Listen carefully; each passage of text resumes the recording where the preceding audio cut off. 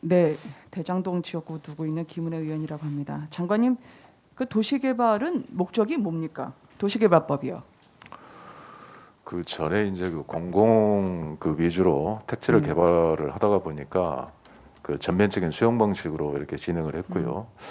그러다 보니까 이제 그 개인의 그 재산권 침해라든지 이런 부분들도 있었고, 그 다음에 또 다양한 택지 개발을 위해서는 어떤 민간의 그 예. 능력을 빌릴 필요도 있다. 쾌적한 이런 도시 차원에서 환경이나 처음에 도입 취지가 네, 된 걸로 알고 공공이 있습니다. 부합하기 위해서 하시는 거죠.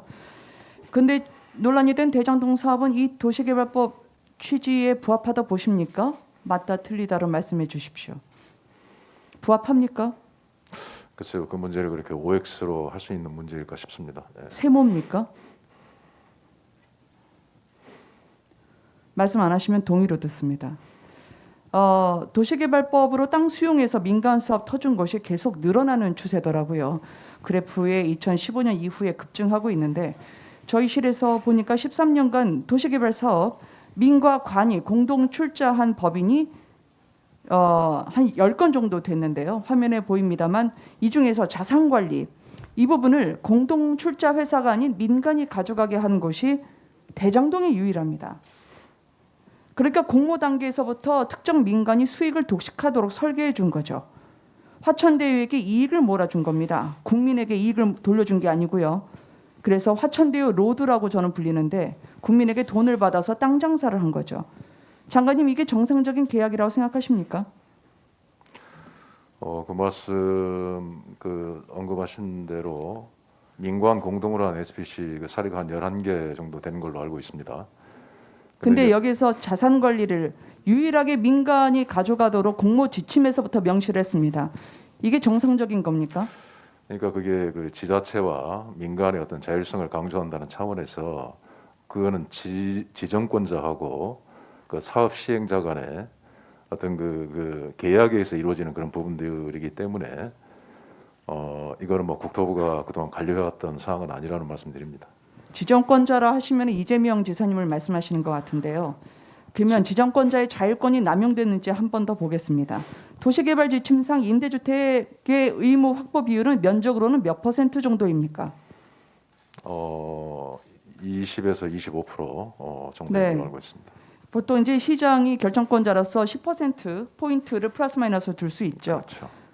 35% 임대주택으로 집어넣을 수 있는 걸 15%로 턱걸이로 그나마 해뒀습니다. 인색하죠. 기본주택으로 서민 주거안정 도모하신다는데 민간은 수천억 동반석에 앉게 하고 정작 집 없는 국민의 임대주택은 부지를 팔고 6%로 반토막을 냈습니다. 대장동에서 집이 없어서 임대주택 기다리던 서민분들이 뿔뿔이 다 찬바닥으로 내몰렸어요. 장관님, 이 또한 도시개발법 취지에 부합했다고 보십니까? 가급적이면은 어떤 서민을 위한 임대주택 이런 부분이 많이 확보가 됐으면 좋겠습니다만은 뭐 결과적으로 좀 적게 그 됐고요. 그 예. 과정이 이제 공고 후에 그 공급이 안 되다가 보면은 이렇게 분양용지를 변경할 수도 있다고 그렇게 설명을 하고 있습니다. 네, 공급이 아니라 입찰을 했는데 유찰이 됐었죠. LH에 예, 예. 이제 팔았고요. 네.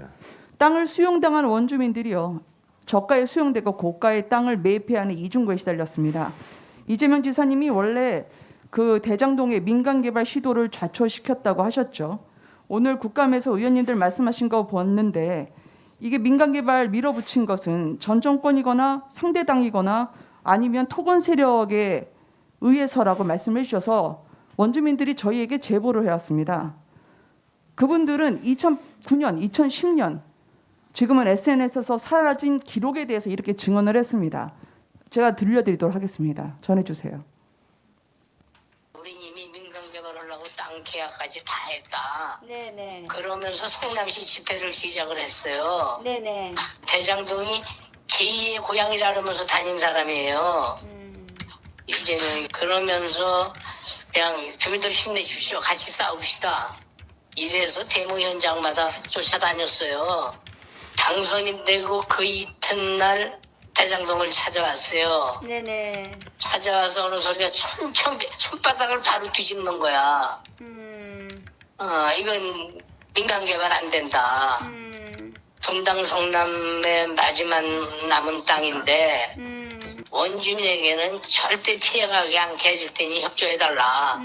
그래서 그 자리에서 난리가 났었어요. 그렇게 쫓아다니면서 제2의 고향이라고 그러고 시장이 되면 무조건 일사천리로 사업 진행하게 도와준다 그랬는데 당선이 되자마자 손바닥을 뒤집으니까 그 이후에 이재명 지사 측과의 하소연을 다시 한번 했습니다. 그걸 들려드리도록 하겠습니다. 면담을 신청해도 받아주지도 않고 유동규 본부장한테 가라. 그 본부장한테 가면은 절대 피해 안 가게 해준다. 당신 어떻게 책임지냐니까 내 말이 시장 말이다. 네. 내 말이 이재명이 말이니까 믿고 기다려라. 이렇게 된 거예요 이게. 그런데 이제 결국 우리는 땅을 500~600만 원에 계약을 한 거를 네. 결과적으로는 그 화천대유 성남의 뜰이 계약을 하면서 그냥 반값에 후려쳐가지고 저희끼리 놀아본 거 아니에요. 토건 세력이 민간 개발을 추진했다고 하지만 원주민들은 이재명 지사가 함께 싸우겠다면서 민간 개발을 추진했다고 증언하고 있습니다. 기본주택을 한다지만 임대주택은 줄어들었죠. 약자 편이라지만 죄 없는 원주민들 땅은 절반으로 후려쳐서 수용하고 원주민과 입주민들에게 돌아가야 할 돈은 특정 패밀리에게 수천억 돈벼락으로 안겨줬습니다. 당시 인허관저에게 국민은 어떤 존재였는지 국민들을 묻고 싶을 겁니다. 이게 공공개발입니까? 가짜 공공개발이죠. 저는 합법을 가정한 사기극이었다고 생각을 합니다. 국민들은 내 집이 하나 없어서 전전하는데 열심히 일해도 누구는 수천억 돈벼락 로또판을 싹쓸이하도록 설계했다면 국민들에게 책임지고 사과해야 될 거 아닙니까?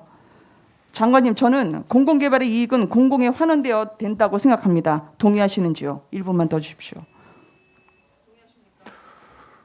공공개발의 이익은 공공에 환원해야 된다는 건 어려운 말이 아닙니다. 예, 원칙적으로 예, 그렇게 돼야 되겠습니다. 민간결합사업 때 사업자 이익의 6% 상한을 두는 택지개발법에 준용해서 도시개발법에도 투자자 이익에 캡을 씌우는 법안을 발의하고 있습니다. 이에 대한 국토부의 입장은 무엇입니까? 아까도 뭐 비슷한 취지를 여러 가지 말씀드렸습니다만은 그 도시개발법의 취지가 있습니다만 지금의 또 상황이 또 바뀌었기 때문에 그 제도 개선이 필요한지 그런 내용들을 의원님 말씀 그다음에 수사 결과 이런 것들을 종합적으로 그 사실관계 입각해서 그 판단을 해야 될 걸로 봅니다. 지금 대장동은 저는 여야의 문제가 아니라고 생각합니다. 국민들에게 이렇게 눈 가리고 아흥식으로 그 로또판을 깔아주고 로또판 위에서 수천억의 돈벼락을 맞아서 국민들 눈에 피눈물 흘리게 하면서 이렇게 국민들을 살아있는 것이 지옥이라 생각할 정도로 했던 그 부분에 대한 저는 특검의 해결이 있어야 된다고 생각합니다. 질의 마치겠습니다.